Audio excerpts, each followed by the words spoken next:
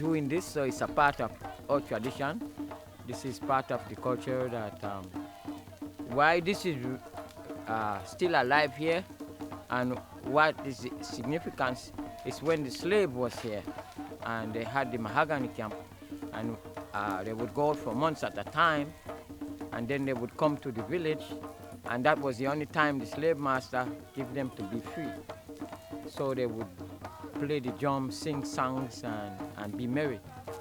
And drumming was even outlawed. If you know, in most of Belize, and even in the States, drumming, like in New Orleans, but in Belize city, drumming was outlawed because the slave master said the people was too rowdy when they come together. But they was expressing themselves, you know, from being away from their family so long. And a lot of the songs are based on characters of the village, and also they have sexual slurs. So you might listen to a song and you might not know what they're meaning, but they have sexual meaning. Because the sambai, which was the fire dance, that is a fertility dance, traditionally done 2 days before the full moon, on the full moon, and 2 days after the full moon. Sometimes this energy would play on for 5 nights.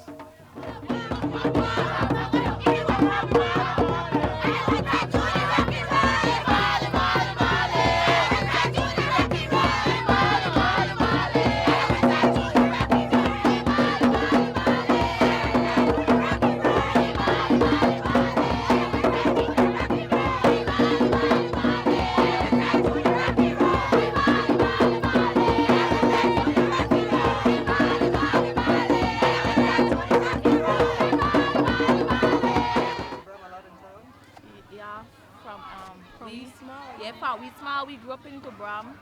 How you learn the songs? Well, we just follow along. Yeah, we just listen and then we learn. And then if sometimes we sing wrong lyrics and then the elders will say, okay, that's not so, and then they would have teach we. And then we just continue on and we learn the lyrics as we go along. So the 5 o'clock right now, how long are we going for? We went till like 10, 11. Well, as long as they walk where we go.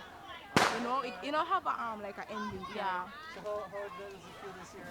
It feels really good because pretty good to me. Last year we never get to Bram, and this year we give it our all. Alright, then make up for last time then. Yeah. We really into it. Yeah.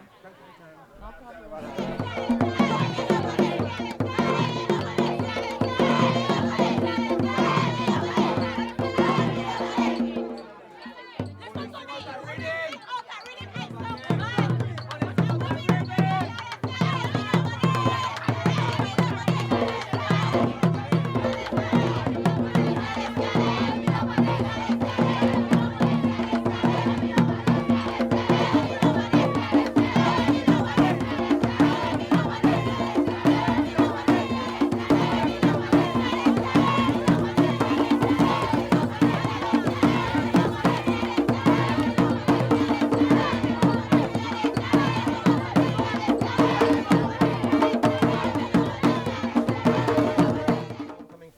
It's been like a homecoming back here because after 3 years and this don't see the sunby or the Christmas like this now.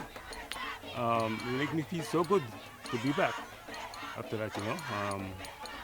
And I'm looking forward again today. It's today and today for the same thing, you know. Hope it keep on live. But one of the guys that jumped with us actually he leaves. But that wouldn't be a problem because you have other drummers, other musicians, no? So how did you come about picking up the drumming and being part of the tradition? Well, from way back, man. This is my great grandfather tradition not here in this village, no? This village is a old village. Yeah. And from way back, actually, me and I met when we were 5, 6 years old. We used to go around.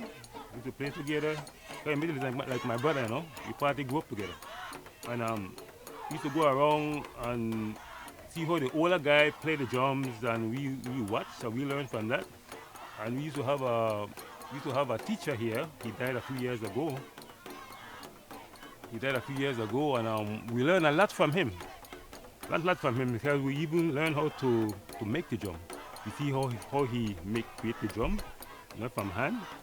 and we watch and we learn from that, and then we play with him for a while, at least before he died, and we try to keep him in memory because he was a great man, you know. And now that he died, we try to continue. We try to let this culture continue, because if we stop, I think it starts to slow down, because we are the most drummer and in this village right now. Besides the Garifuna people, no, drumming.